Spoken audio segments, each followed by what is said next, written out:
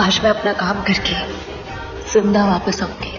परी को समझ में नहीं आ रहा कि किस तरीके से यहाँ पर नीति से बदला ले। यहाँ पर नीति की हरकतें इतनी बढ़ गई ना कि अब परी को लग रहा है कि मुझे कुछ बड़ा करना पड़ेगा, नहीं तो ये नीति ना मुझे छोड़ने वाली नहीं है। पार्वती ने कह ही दिया था भाई अंबिका से कि मुझे किस तरीके से लिफ्ट में बंद करने की कोशिश की थी, मारने की दोबारा कोशिश की थी। मैं आपको छोड़ के कहीं नहीं जाऊंगी माँ। मैं आप ही की बेटी हूँ, आपकी पार्वती, और चाहे मेरा नाम जो भी हो, मैं हमेशा आप ही की बेटी रहूंगी। तो अब ये सारी चीजें उसके सामने आ गई ना, तो यहाँ उसको लग रहा है कि अब कुछ ऐसा हंगामा करना पड़ेगा जिसके बाद नीति के होश उड़ जाएं।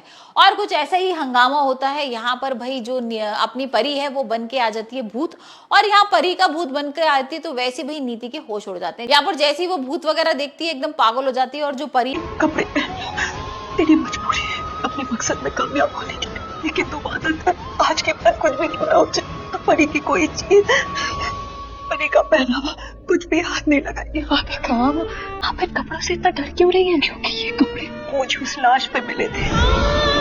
के बाद ना नीति जोर जोर से चिल्लाने लगती है। सारे घर वाले इकट्ठे हो जाते हैं कि देखो परी का भूत आ गया, परी का भूत आ गया। और पता लगता है कि भाई ये सारे लोग ना राजीव को बुलाने चले गए। स्पेशली नीति चली जाती है। नीति राजीव को बुलाने जाती है, उनके बॉस के बर्थडे का सेलिब्रेशन हो रहा है, लेकिन वहां पर हंगामा वगैरह करके राजीव को तो लेकर आ जाती है। इसे स्पीकर और म्यूजिक सिस्टम से भी जोड़ दी थी ताकि मेरी आवाज उसे हर तरफ से सुनाई दे। इसे यहीं फिट करती ताकि इधर का एंगल मिल जाएगा।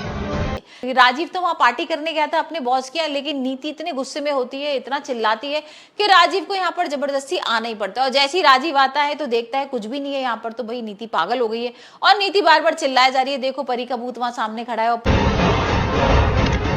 गया